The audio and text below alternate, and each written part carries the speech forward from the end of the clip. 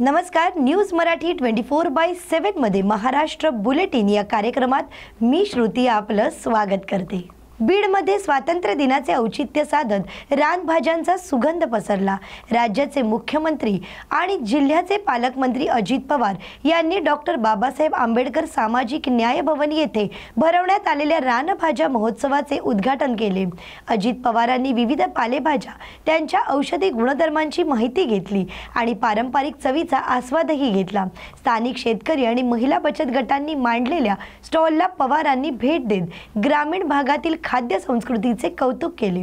आधुनिक युगात हरवणाऱ्या या चवींना प्रोत्साहन मिळावे या उद्देशाने हा महोत्सव भरवण्यात आला असून रानभाज्यांच्या माध्यमातून आरोग्यदायी आणि नैसर्गिक अन्नांचा संदेश देण्याचा प्रयत्न यामधून करण्यात आला।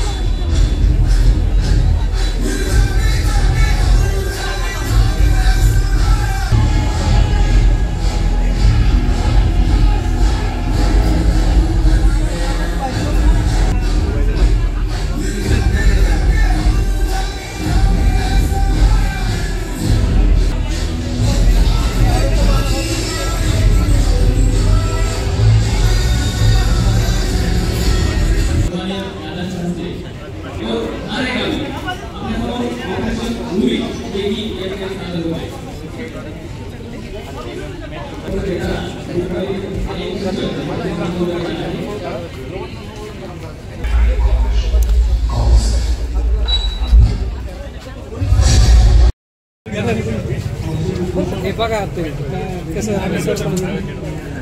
आपला कुठून अरे झाली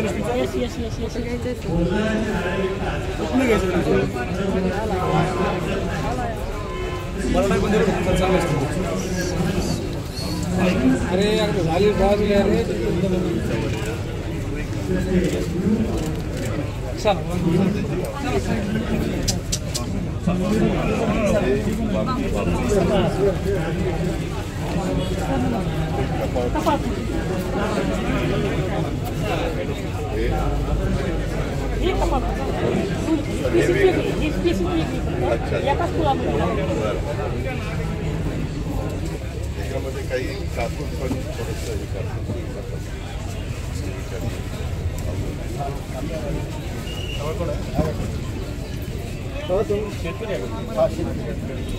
त्याला फार डिमांड आहे।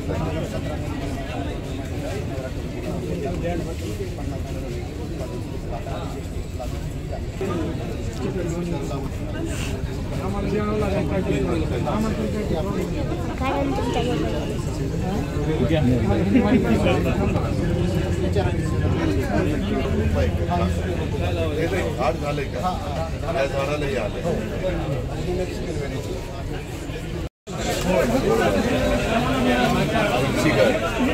जरा आमरस लागते माहिती आहे। आमच्या आईने मी करते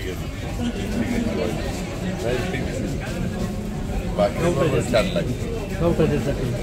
पण कवटाच्या चटण्यात आमच्यात गुळ घालतात, पण हे गुळ घातल्यावर कलर पण त्याचा वेगळा आहे, वेगळा आहे। लाल चटणी टाकल्यामुळे थोडी तिखट नाही, आम्ही काय करतो तुम्ही म्हणतात तसं गुळ आणि मिक्स करून। रत्नागिरीमधील आरजू टेक्सोल प्रायव्हेट लिमिटेड या कंपनीने अनेकांना आर्थिक गंडा घातला आहे। या आरजू टेक्सटाईल प्रायव्हेट लिमिटेड कंपनीतील फरार असलेल्या मुख्य सूत्रधार अनिल जाधव याला अटक होईपर्यंत ग्रामस्थांनी स्वातंत्र्य दिनी रत्नागिरीच्या जिल्हाधिकारी कार्यालयासमोर आमरण उपोषण केले। विलास वामन सुर्वे यांच्या नेतृत्वात सुरू असलेल्या या आमरण उपोषणावेळी सर्व सदस्यांसह अनेक फसवणूक झालेले ग्रामस्थ देखील उपस्थित होते। पोलीस प्रशासन अनिल जाधवला पकडलंच पाहिजे, अनिल जाधवला पकडलंच पाहिजे, पोलीस प्रशासन अनिल जाधवला पकडलंच पाहिजे, अनिल जाधवला पकडलंच पाहिजे, पोलीस प्रशासन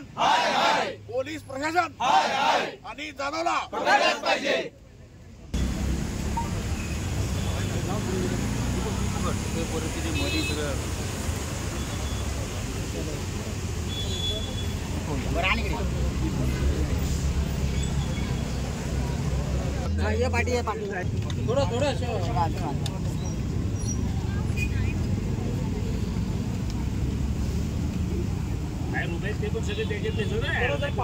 फक्त मागे वाजवत दिसत कोणी दुसरं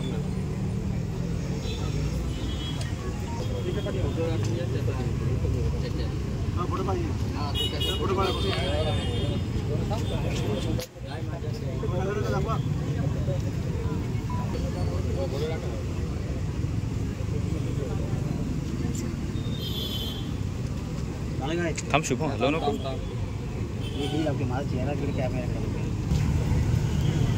पोलीस प्रशासन अनिल जाधव पकडलंच पाहिजे, अनिल जाधवला पकडलंच पाहिजे, पोलीस प्रशासन अनिल जाधवला पकडलंच पाहिजे, पोलीस प्रशासन अनिल जाधव प्रशासन अनिल जाधव पकडलंच पाहिजे, अनिल जाधव पकडलंच पाहिजे, पोलीस पकडलंच पाहिजे.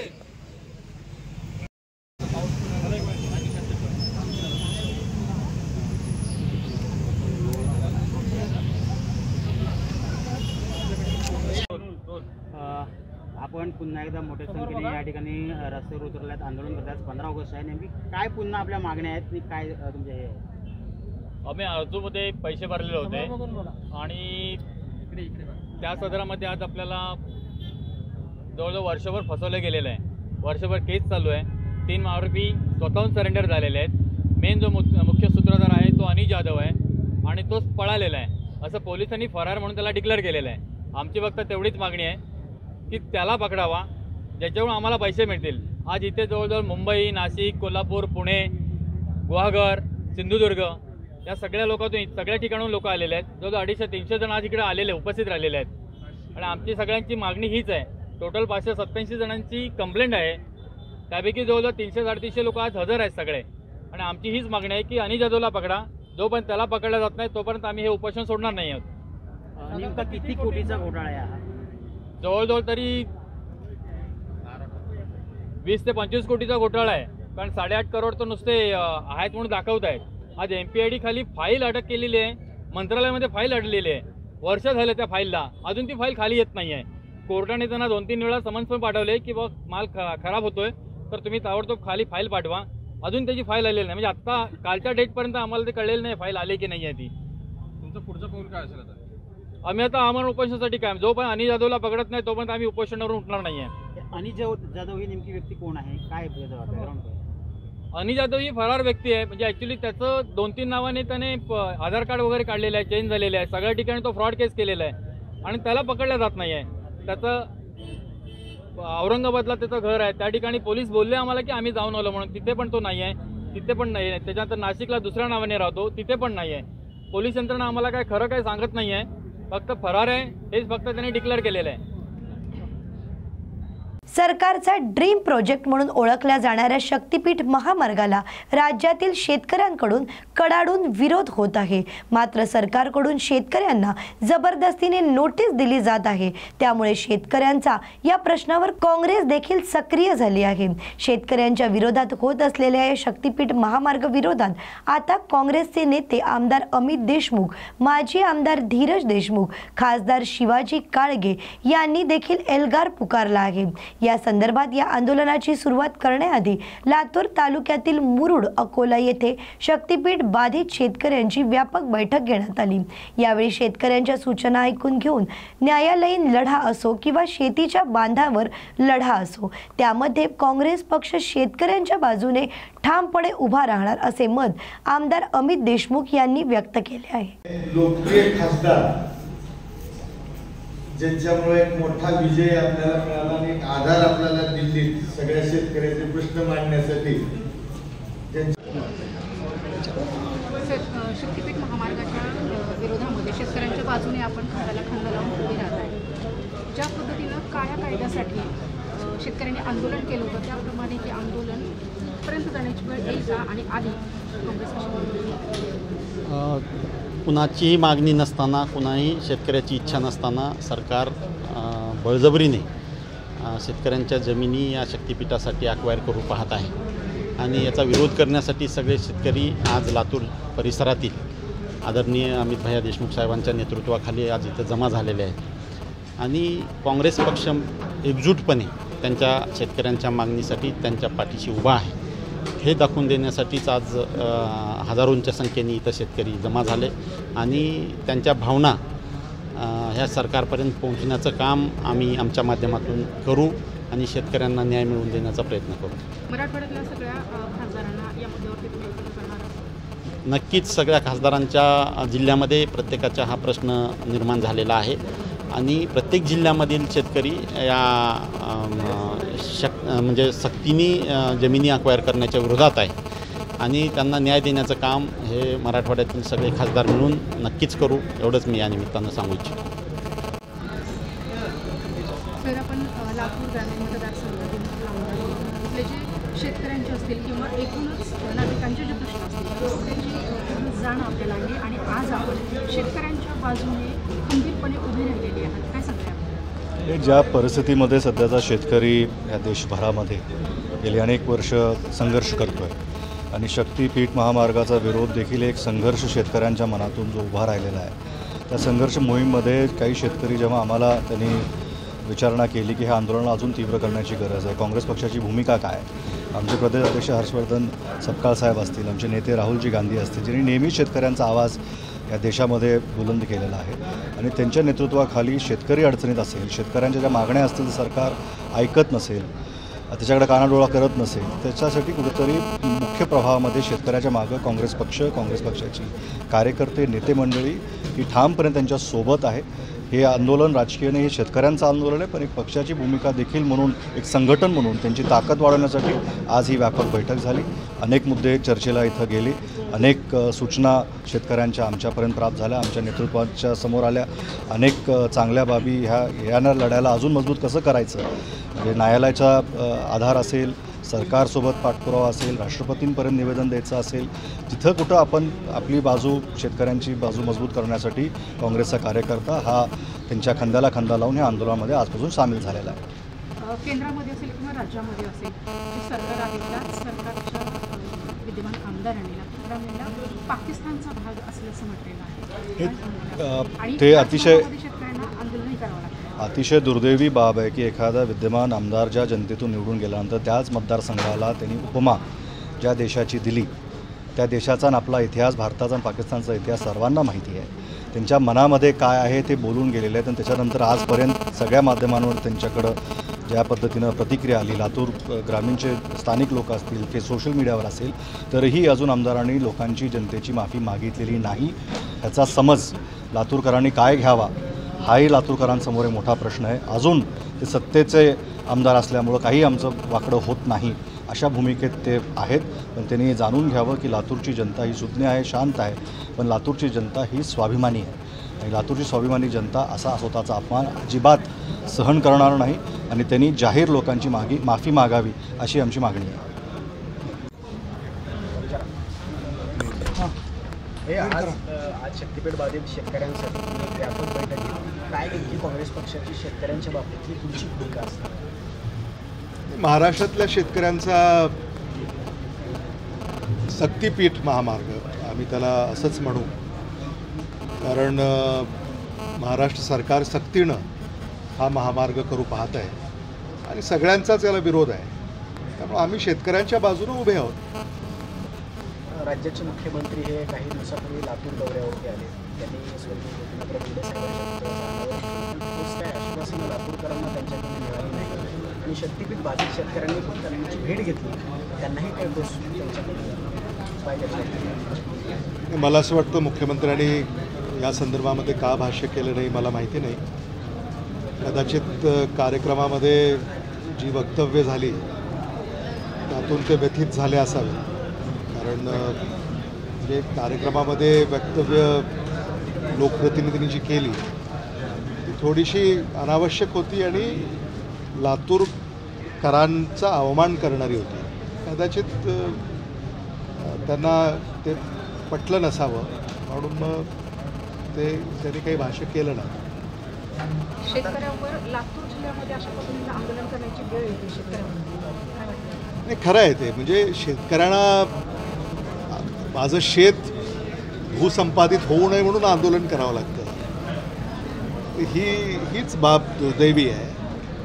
मला असं वाटतं सरकार कोणाचं आहे? शेवटी सामान्य माणसाचं आहे. सामान्य माणसाच्या जीवावरच जर सरकार येऊ पाहणार असेल तर सामान्य माणसानं कुठं जायचं? आजही या सभेच्या निमित्ताने जो ठराव या ठिकाणी झाला त्याला अनुसरून मी मुख्यमंत्र्यांना देखील ही विनंती करेन की शेतकऱ्यांच्या भावना ज्या आहेत त्या आपण समजून घ्याव्यात आणि शक्तिपीठ महामार्ग रद्द करावा. पोलिसांचं बळ वापरून व सक्ती करून मोजणी केली जाते, त्याबद्दल काय सांगा? पोलिसांच्या बळावर अतिशय दुर्दैवी, चुकीचं, बेकायदेशीर आहे. आता सरकारच्याच विरोधामध्ये न्यायालयामध्ये दाद मागावी का अशी सुद्धा चर्चा शेतकऱ्यांमध्ये आता होऊ लागलेली आहे आणि तशीसुद्धा वेळ आली तर न्यायालयाचे सुद्धा दारं ठोठावे लागतात. सर, कराड साहेबांनी थेट ग्रामीण भागाला पाकिस्तान म्हणून संबोधलं आहे, यावर थेट उत्तर म्हणून काय म्हणणार आहे? मला असं वाटतं की दुर्दैवी आहे आणि त्यांनी लातूरकरांची क्षमा मागितली पाहिजे. लातूरकरांची मनं त्यांच्या वक्तव्यानं दुखावलेली आहे आणि मला असं वाटतं की त्या संदर्भाने समजा त्यांना काही वाटत असेल तर त्यांनी क्षमा मागितली पाहिजे. शक्तिपीठ महामार्ग रद्द झाल्याशिवाय काँग्रेस शक्तिपीठ महामार्ग हा शेतकऱ्यांना नको आहे. ज्या शेतकऱ्यांच्या जमिनी भूसंपादित होत आहेत त्यांना हा मान्य नाही आहे. त्यामुळे आता शेतकरीच जर याला मान्यता देणार असतील, म्हणजे ज्याची जमीन आहे, जमीन मालक जमीन द्यायला तयार नसेल तर मग तुम्ही हा म्हणजे रस्ता का करताय?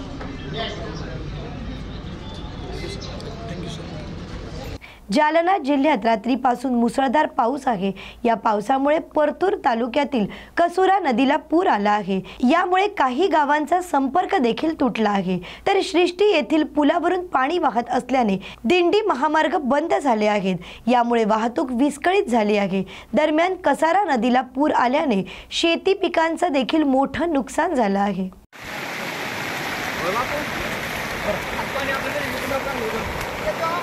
हो या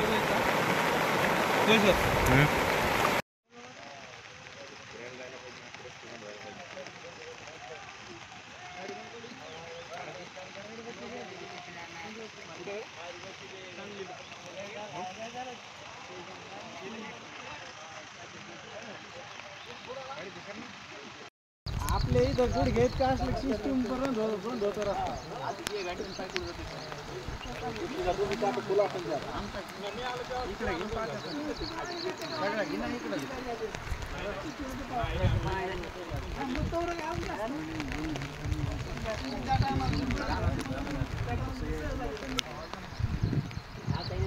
स्पेनमधील मॅरेक्स दे सॉल्ट या संघाने श्री सिद्धिविनायक मंदिरास भेट देत बाप्पाचे आशीर्वाद घेतले. या पवित्र ठिकाणी मानवी मनोरे रचून त्यांनी श्री गणेशाला अद्वितीय अशी सांस्कृतिक सलामी दिली. संस्कृती, भक्ती आणि ऐक्याचा हा सुंदर क्षण यावेळी पाहायला मिळाला. यावेळी युवासेना कार्याध्यक्ष पूर्वेश प्रताप सरनाईक आणि युवासेनेतील कार्यकर्ते देखील उपस्थित होते. त्यांच्या देशामध्ये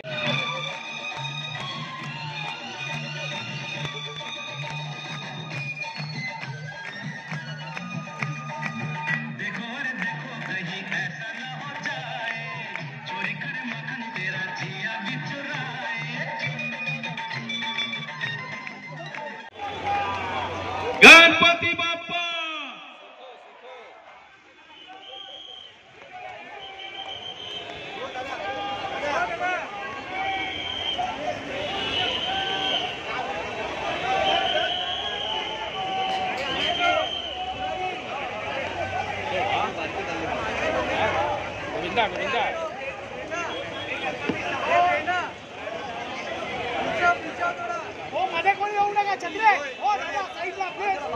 सगळ्यांनी टाळ्या वाजवायच्यात आपल्या सगळ्या सिद्धिविनायक भक्तांनी.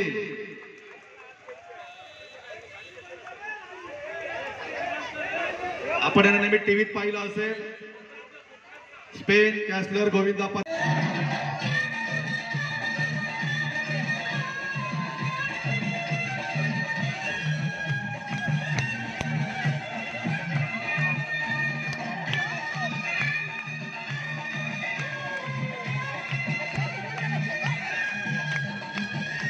राज्यभरात गोविंदा जे आहे ते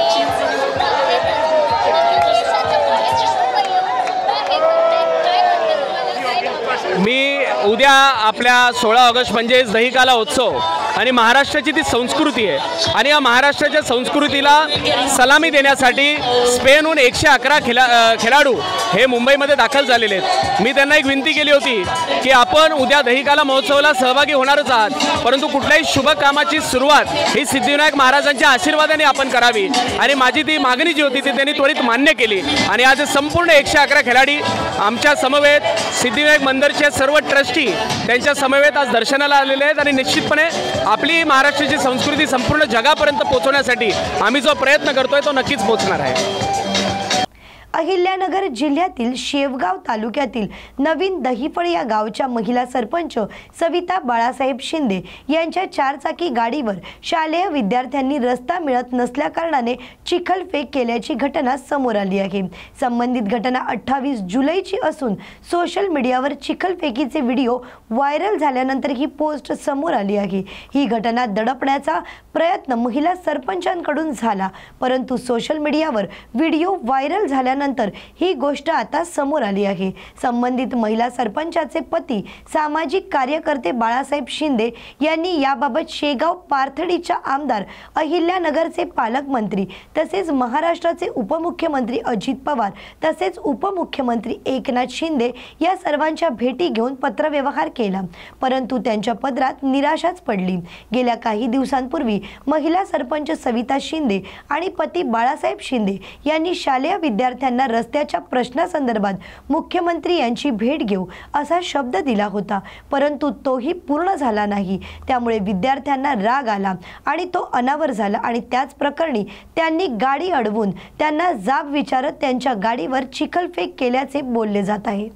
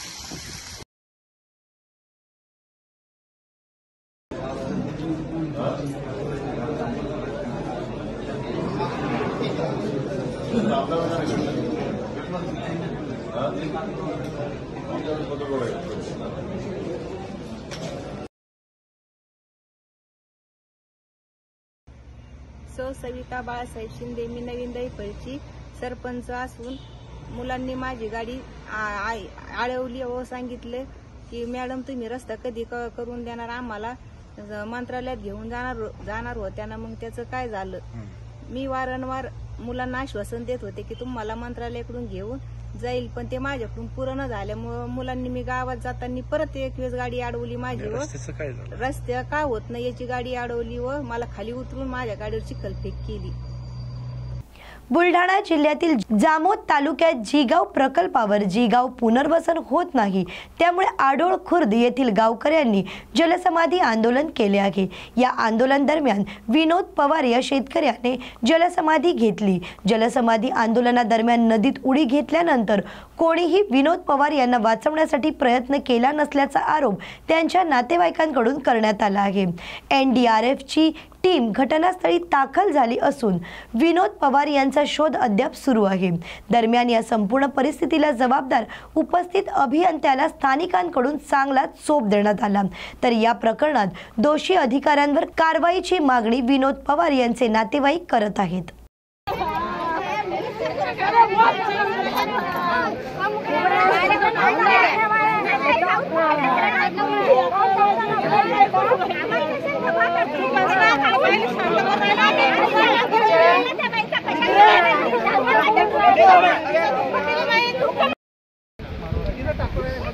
तुला नाही भेटलं नाही तुला जाळलं तर नावाचा अभय विनोद पवार नाही मी इतकं ध्यानात ठेव, लक्षात ठेव, काय नाव लक्षात ठेव, इतकं ध्यानात ठेव बेटा, हातात जळेल तुला, इतकं ध्यानात ठेव। एवढ्या लोकांनी नाही दिले तर मला कुठे नाही भेटलं, नाही तर मला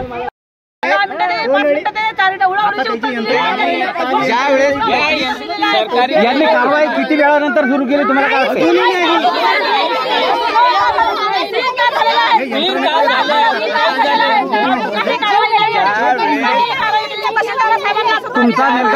तुमचा नेमका काय आरोप आहे? काहीच नाही म्हणजे 500-600 लोक बसले, यांना काही अधिकार नाही, यांना काहीच नाही, याला न्याय काहीच नाही दिला। त्यांच्या डोळ्यासमोर जर असं प्रयत्न करत आहे समजा एखाद्या व्यक्ती, तर यांचं काम नाही आहे का वाचवण्याचं? तरी प्रशासन त्यांनी तरी करायला पाहिजे ना की तुम्ही हजर आहात, प्रोटेक्ट करा त्यांना, अडवा त्यांना, त्यांचा प्रश्न समजून घ्या, काय म्हणणं आहे त्यांचं काय नाही, तुम्ही त्याच्यावरती ऍक्शन घ्या, यांचं काम आहे।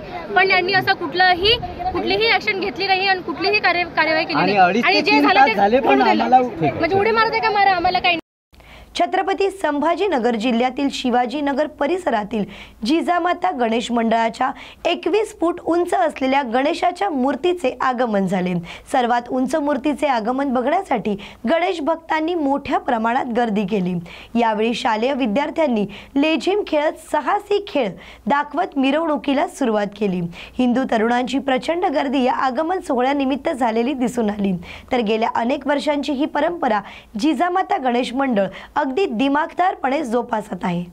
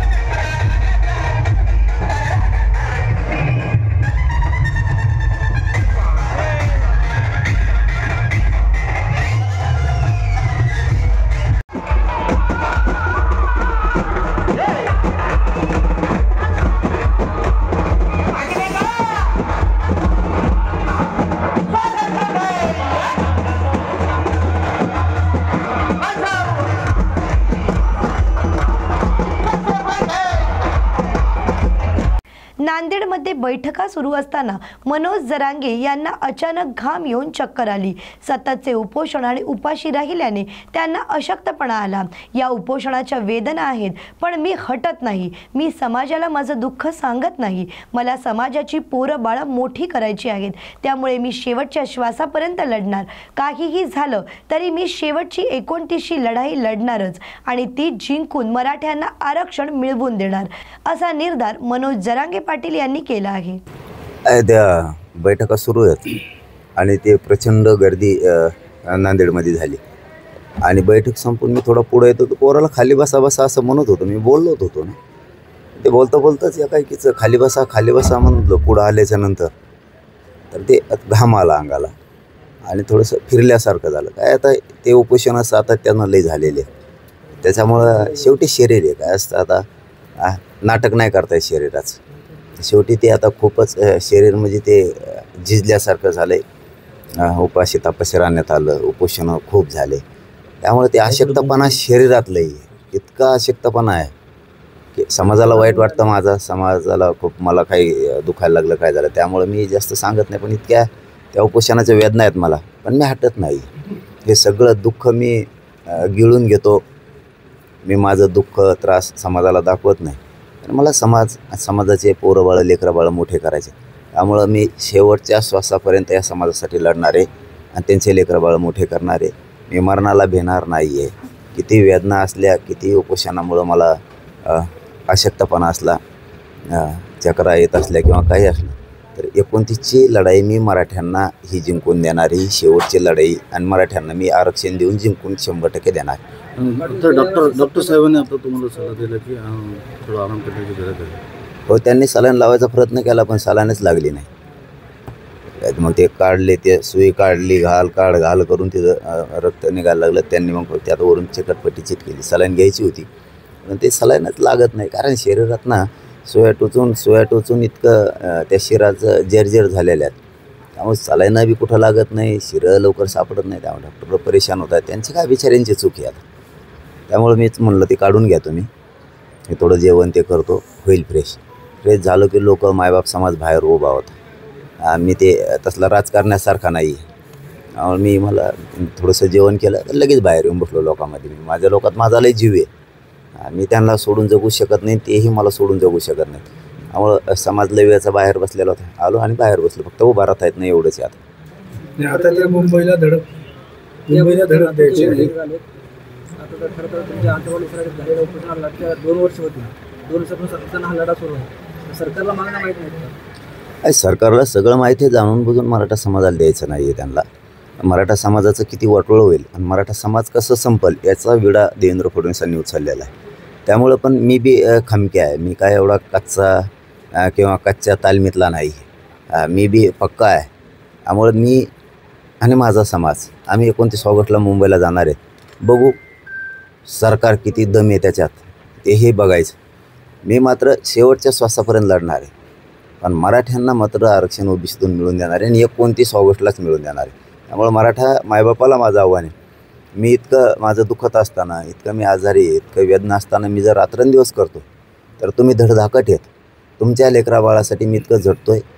तुम्हीसुद्धा तुमच्या लेकरा बाळासाठी समाजासाठी ताकदीनं झटा आणि सगळेजण मुंबईला या एवढीच विनंती करतो. कारण मी जर हटत नाही आहे तुमचे लेकरं पोरं बाळं मोठं करण्यासाठी, तर तुम्ही का हटायचं? त्याच्यामुळं ना पेटून उठा.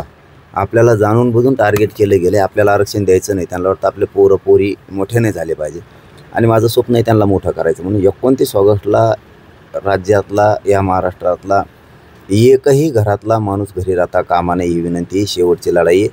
नांदेड जिल्ह्यातला सुद्धा एकाही मराठ्यांनी, जातवा नसल मराठ्यांनी घरी थांबू नये ही विनंती. कारण आपल्याला लढाई जिंकून देऊन चंद्रसूर्य आहे तोपर्यंत लेकराला उडणार नाही एवढं आरक्षण द्यायचं. काही भाजपच्या आमदारांनी फोन करून पाठिंबा दिला का तुम्हाला आंदोलन? नाही, मी ते सांगू शकणार नाही आहे. कारण त्यांच्यासुद्धा खतखत आहे आता.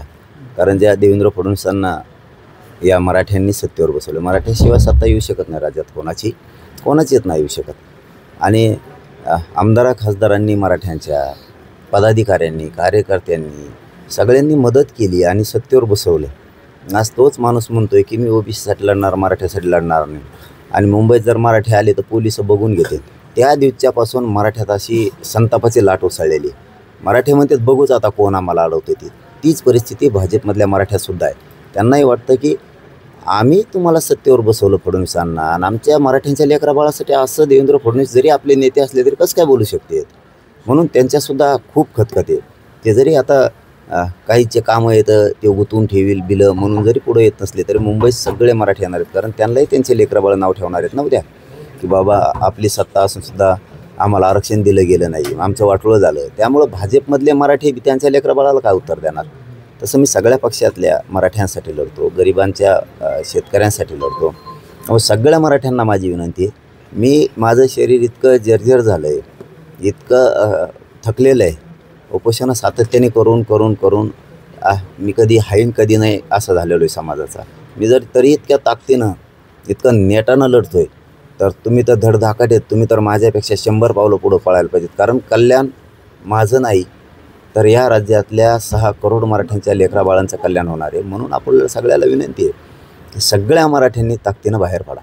आता मुंबईला धडक द्यायची आहे, तब्येत अशी आहे, कसं होईल? नाही ते विचार जर केला असता तर आत्ताच झोपून राहिलं असतं. तुम्ही साक्षीदार आहेत मोगासुद्धा. मी सगळ्यांना चालती बोलती बैठक सुरू होती, सगळे आम्ही एकमेकांशी बोलत होतो. मी आणि बैठक संपून चाललो होतो तर मी खाली बसा पोरांना पुढं आल्यावर म्हणत होतो, कारण लय गर्दी झाली म्हणून. तेवढ्यातच अचानक घाम येऊन थोडं फिरल्यासारखं झालं. मी जागेवर खाली बसावं लागलं मला, कारण मला शरीराचं दिसतं. त्यामुळे मी इतकं शरीर, तुमचा प्रश्न आहे की थकलं आहे तरी तुम्ही जाणार आहेत. हे बघा, माझ्या शरीराला किंमत नाही. मी मेलो तरी चालेल, पण माझ्या समाजाला खूप किंमत आहे. लेकराबाळांचे लय हाल आहेत. शिक्षण इतके महाग झालेत, नोकऱ्या भेटत नाहीत, आईबापा रात्रंदिवस कष्ट करतात. आमचे लेकराबाळ सुखात राहिले पाहिजेत ना. हे स्वप्न घेऊन मी मुंबईकडे निघालो. ज्या दिवशी मी हे असं स्वप्न घेऊन निघतोय, त्यांच्या पोराबाळांचं, मराठा नाही घरी राहू शकत ना. त्यालाच घरी राहिल्याच्या नंतर त्यालाच असं वाटतं की आपली काय जिंदगी कामाची. इतका सातत्यानं उपोषण करून मनोज जरांगे पाटील जर मुंबईकडं धावून निघालेत तर आपण घरात बसतोय, म्हणजे आपल्याच लेकराबाळासाठी झटायसाठी तो माणूस त्याचा आपल्या घरात. एकही मराठ्याला करमणार नाही.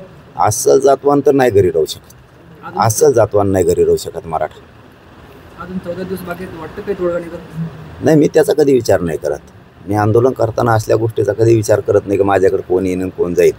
मी माझ्यावर मला आत्मविश्वास आहे, माझ्या समाजावर मला आत्मविश्वास आहे. आम्ही आमच्या ताकदीवर ती यश मिळवतो. असं ठरवून जर कोणी आंदोलनं केले ना, ते कधी यशस्वी होत नाही. मी कधी ठरवून करत नाही. मंत्री येते ना, चर्चा करत नाही, यायचं ती जायचंच जाय. पण 29ला मराठी घरी राहणार नाही, ते खात्रीने सांगतो. पहिल्यापेक्षा 5 पट मराठी जास्त निघणार. येताना मात्र आरक्षण टिकणारं घेऊन येणार आणि ओबीसीतच घेणार. कोणाचा बाप आडवा येऊ दे, कसली जागीरदाराची अवलंबी असू दे, मराठ्यांपुढं त्याचा निभाव मी टिकून देणार नाही आहे. शुक्रवारी दिवसभर झालेल्या पावसामुळे धरणातील पाणीसाठ्यामध्ये वाढ झाली असून पंचगंगा नदीची पाणी पातळी 24 फुटांवर तर 7 बंधारे पाण्याखाली गेली आहेत. यामुळे राधानगरी धरणाचे 2 स्वयंचलित 3 आणि 6 क्रमांकाचे दरवाजे पुन्हा उघडले असून धरणातून एकूण 4356 क्युसेस पाण्याचा विसर्ग सुरू केला आहे.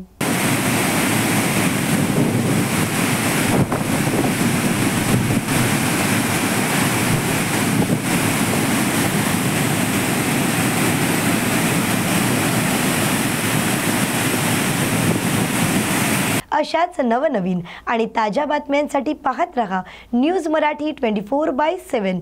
नवा भारत, नवा विचार. आणि यानंतर आपण वळूया दहीहंडीच्या खास ब्रेकिंग न्यूजकडे.